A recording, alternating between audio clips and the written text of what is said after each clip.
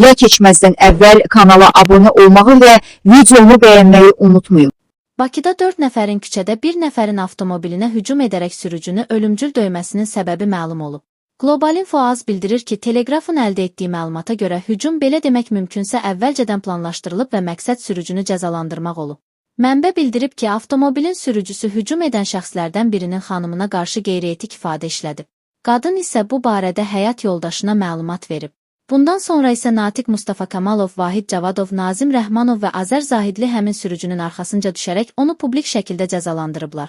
Qeyd edək ki, cari il martın 11-də paytaxtın Binəqədi rayonu Binəqədi qəsəbəsi ərazisində bir qrup şəxsin aralarında yaranmış mübahisə zəminində ictimai qaydanı kobud surətdə pozaraq soyuq silah qismində istifadə etdikləri taxta parçaları ilə Chevrolet markalı avtomobili qəsdən vuraraq yararsız hala salmaları və həmin avtomobilin sürücüsünə hücum edərək müxtəlif dərəcəli bədən xəsarətləri yetirmələri ilə bağlı məlumat əsasında rayon polis idarəsində xuliqanlıq maddəsilə cinayət işi başlanılıb.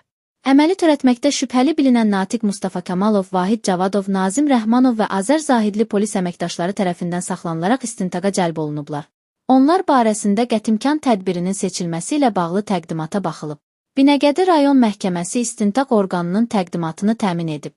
Məhkəmənin qərarı ilə Mustafa Kamalov, Cavadov və Rəhmanovun hər biri barəsində 3 ay müddətinə ev dustaqlığı qətimkan tədbiri seçilib.